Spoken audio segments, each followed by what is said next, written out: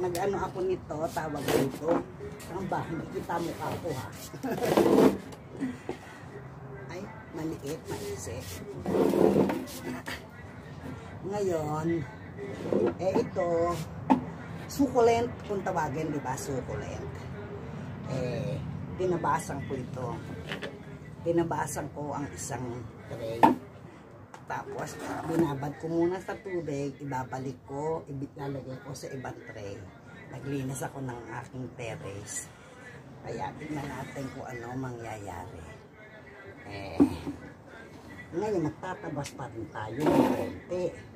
Asan ba yung kutsilyo? Oh, ito. Hindi kutsilyo. Tawag dito.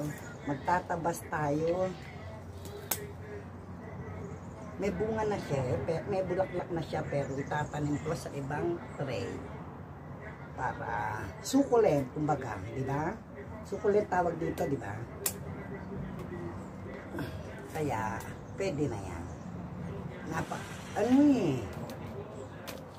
Sayang naman, nagbubuanuhan dito, kaya dapat baguhin. Ano siya, tingnan ninyo.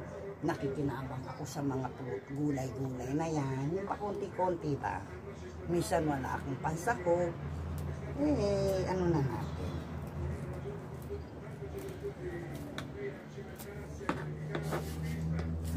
Ay, nako. Init.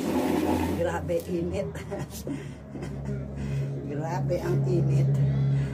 Ay, kamusta na mga co-vloggers ko dyan? Yung iba sumikat at masaya naman ako. Kanya-kanyang panahon.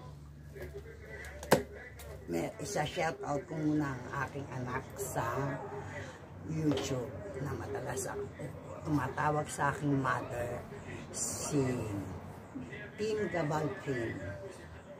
Tawag sa akin yan mother. Nahihiya ako kasi mahirap mag-mention dahil marami kang subscribers din na nagwa-watch sa'yo. Siya naman panayang shoutout sa akin, kaya siyempre gagantihan ko siya. Anakis ng YT, Team Gabalpin. Kaya thanks. Tapusin ko na ito kasi hanggang alas, ay naku, natanggal. Hanggang alas 12, isang oras na lang is mag-aano na rito. Iinit na. Super init dito sa Italia. Okay. Ano natin? Ayan. Ayan yung succulent na nanggaling dito. Nayari ko na. Natapos na rin kahit papano. Dahan-dahan. Yung inaayos ko kanina, nagawa ko na. Ayan. Tapos, yan ang mga pinaghatakan ko. Natanim ko dito. Natanim ko rito. Ang aking succulent collection. Ayan. Nilagay ko sa isang terrace ko. Hanggang doon pinuno ko na. Okay, thanks for watching. Nagkamali ako sa isa. Thanks for watching. Shout out sa aking nag-iisang anak sa YouTube na si Gabalpin TV. Thank you TV pala. Thanks for watching.